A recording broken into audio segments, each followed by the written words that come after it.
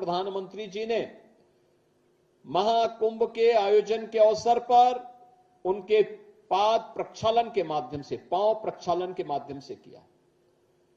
काशी में काशी विश्वनाथ धाम के निर्माण का कार्य हो या अयोध्या में श्री राम जन्मभूमि के निर्माण के दौरान प्रधानमंत्री जी ने पुष्प वर्षा करके उन श्रमिकों के श्रम का सम्मान किया था। और इसीलिए श्रमिक भी किसी गवर्नमेंट के एजेंडे का हिस्सा बन सकता है। ये तभी संभव हो पाया है जब उस प्रकार की हिस्सा बन सकता है। ये तभी संभव हो पाया है जब उस प्रकार की संवेदनशील सरकार बनती है। बहनों और भाइयों, कभी कोई सोचता था श्रमिक के पास भी अपना आवास होगा? पिछले 12 वर्ष में मोदी जी के नेतृत्व में 4 करोड़ लोगों को देश के अंदर आवास दिया गया, 4 करोड़ लोगों को। और उत्तर प्रदेश में 65 लाख लोगों को एक एक आवास की सुविधा उपलब्ध करवाई गई। हम सब जानते हैं कि नए भारत की प्रधानमंत्री मोदी जी के विजन के नए भारत के वास्तविक शिल्पकार आप लोग हैं।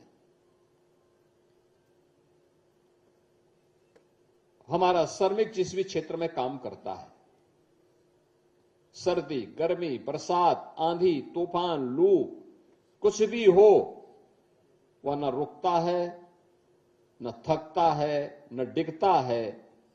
और आपकी पसीने की एक एक बूंद जब धरती पर पड़ती है तो वही धरती माता सोना उगलने का काम भी करती है।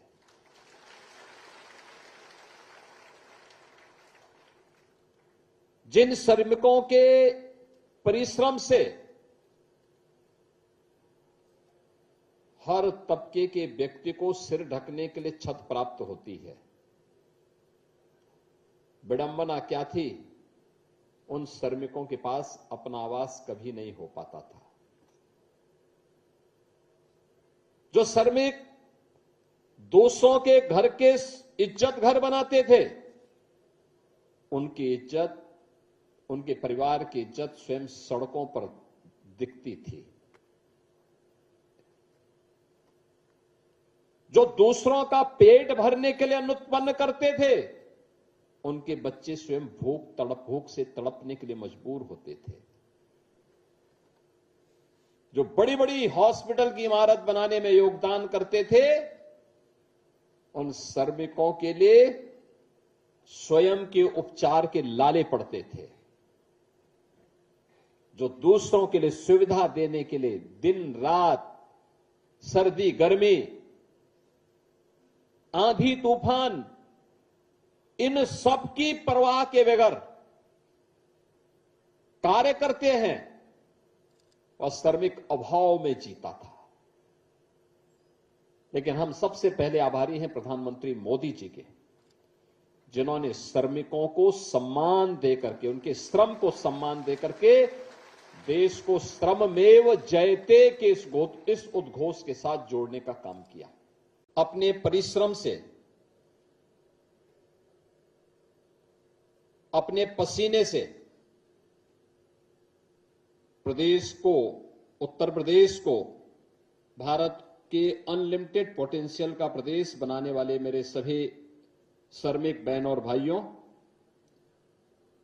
मैं सबसे पहले आप सभी को अंतर्राष्ट्रीय श्रमिक दिवस के अवसर पर प्रदेश सरकार की ओर से हृदय से बधाई देता हूं। आप सबका मैं हृदय से अभिनंदन करता हूं।